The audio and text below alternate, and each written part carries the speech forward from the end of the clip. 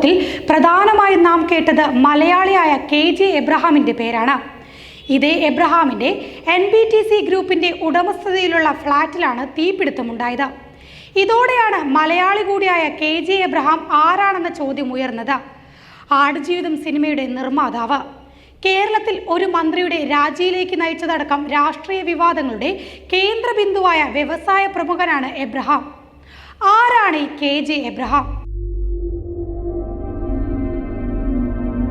6000-ലേറെ ജീവനക്കാരും 4000 കോടി രൂപയിലധികം ആസ്തിയുമുള്ള NBTC ഗ്രൂപ്പിന്റെയും കേരളം കേന്ദ്രമായ KJ ഗ്രൂപ്പിന്റെയും മാനേജിംഗ് ഡയറക്ടറാണ് KJ എബ്രഹാം. 38 വർഷമായി കുവൈറ്റിൽ ബിസിനസ്സുകാരനായ എബ്രഹാം തിരുവല്ല നിരണം സ്വദേശിയാണ്.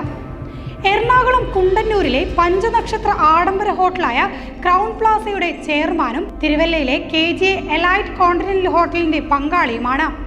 കേരളത്തിലെ റിയൽ എസ്റ്റേറ്റ് മേഖലയിലും നിക്ഷേപം നടത്തിയിട്ടുണ്ട്. കുവൈറ്റിൽ നിർമ്മാണ മേഖലയിൽ ചെറിയ തോതിൽ തുടക്കം കുറിച്ച KJ എബ്രഹാം മികച്ച നിർമ്മാണങ്ങളുടെ വിശ്വാസം നേടി വളരുകയായിരുന്നു. 1977-ലാണ് NBTC ഗ്രൂപ്പിന് തുടക്കമിട്ടത്. കുവൈറ്റിലെ വൻകിട നിർമ്മാണ കമ്പനികൾ ഉൾപ്പെട്ട ഗ്രൂപ്പാണിത്. എഞ്ചിനീയറിംഗ്, കൺസ്ട്രക്ഷൻ, ഫാബ്രിക്കേഷൻ, യന്ത്രങ്ങൾ സ്ഥാപിക്കൽ തുടങ്ങിയവയാണ് ഗ്രൂപ്പിന്റെ പ്രവർത്തനം. സിവിൽ എഞ്ചിനീയറിംഗിൽ ഡിപ്ലോമ നേടി 22-ാം വയസ്സിൽ കുവൈറ്റിലെത്തി. 60 ദിനാർ ശമ്പളത്തിലായിരുന്നു തുടക്കം. 7 വർഷം ജോലി ചെയ്ത ശേഷം സ്വന്തം സ്ഥാപനം ആരംഭിച്ചു.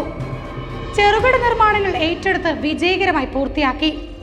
1990-കളിലെ ഇറാഖ് അധിനിവേശത്തിനു ശേഷം ഗ്രൂപ്പ് അതിവേഗം വളർന്നു.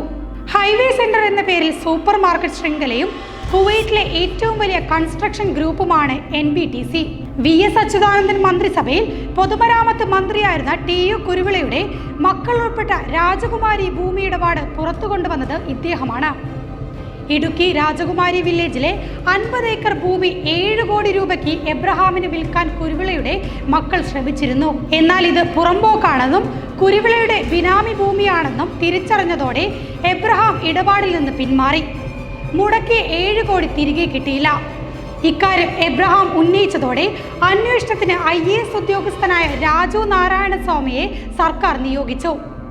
ഇതിന്റെ റിപ്പോർട്ട് പുറത്തു വന്നതോടെയാണ് മന്ത്രിക്ക് രാജിവെക്കേണ്ടി വന്നത്. പ്രളയ ദുരിതാശ്വാസത്തിനായി നൽകിയ ഫണ്ട് അർഹരിലേക്ക് എത്തിയില്ലെന്നും ഇനി ഒരു രാഷ്ട്രീയ പാർട്ടികൾക്കും സംഭാവന നൽകില്ല എന്നുമുള്ള KJ എബ്രഹാമിന്റെ പ്രസ്താവന വിവാദമായിരുന്നു.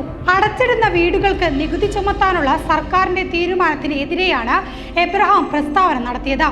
സർക്കാരിന് അഹങ്കാരമാണെന്നും ഇടതുപക്ഷത്തിന് വോട്ട് ചെയ്ത താൻ വിഡ്ഢിയാക്കപ്പെട്ടു എന്നും എബ്രഹാം അന്ന് തുറന്നടിച്ചിരുന്നു. കൊച്ചി മരടിൽ പ്രവർത്തിക്കുന്ന പഞ്ചനക്ഷത്ര ഹോട്ടൽ ക്രൗൺ പ്ലാസ ഇദ്ദേഹത്തിന്റെ ഉടമസ്ഥതയിലുള്ളതാണ്. ബ്ലെസ്സിയുടെ സംവിധാനത്തിൽ 16 വർഷമെടുത്ത് പൂർത്തിയാക്കിയ ആടുജീവിതം സിനിമയുടെ നിർമ്മാതാവ് എന്ന നിലയിലും KJ എബ്രഹാം മലയാളികൾക്ക് സുപരിചിതനാണ്.